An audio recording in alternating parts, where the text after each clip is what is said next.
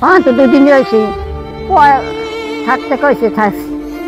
এক জনম দুঃখিনী মা, যিনি একদিন সন্তানদের মুখে ভাত তুলে দিতে মানুষের দাঁড়িয়ে দাঁড়িয়ে ভিক্ষা করেছিলেন, আজ তার ঠাঁই হয়েছে মুরগি রাখার খোপে।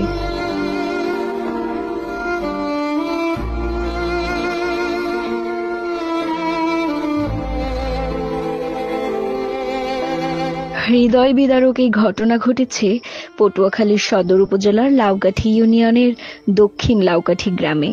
অন্ধকারে ডুবে থাকা সেই খোপে নেই বিছানা, নেই কাঁথা, নেই বালিশ কিংবা বাতাস চলাচলের পথ।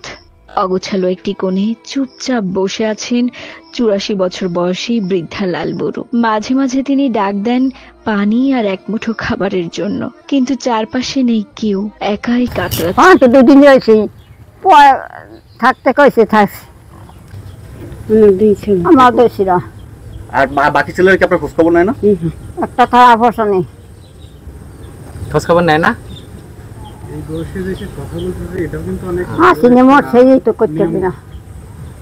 এবং সে বলতো মা আটতে যে তুমি এই আটতে গেছি, তারপর আইসি গেছি ঘরে গেছি। কয়দিন ধরে থাকছেন? কয়দিন আছিলেন? 10-12 দিন। 10-12। খোঁজ নিয়ে জানা গেছে বৃদ্ধার বড় ছেলে মোস্তফা খা রিকশা চালক আর ছোট ছেলে নাসির খা ভ্যান চালক। একসময় তারা পটুয়াখালী শহরের স্বনির্ভর সড়কের পাশে সরকারি জমিতে বসবাস করতেন। বছর 2 আগে পৌরসভার উচ্ছেদ অভিযানে বাড়িঘর হারিয়ে বড় ছেলে মোস্তফা আশ্রয় নেন লাউকাঠি নদীর তীরে সরকারি খাস জমিতে। সেখানে কোনো মতে তৈরি করেন একটি ঝুপড়ি ঘর, আর বড় ছেলের সঙ্গেই থাকেন বৃদ্ধা লালবুড়ো। কিন্তু সকাল হলেই ছেলে মুস্তাফা বেরিয়ে পড়েন রিকশা নিয়ে, আর তার বউ অন্যের বাড়িতে কাজ করতে চলে যান শহরে। তাই ঘর রাখা হয় তালাবদ্ধ করে।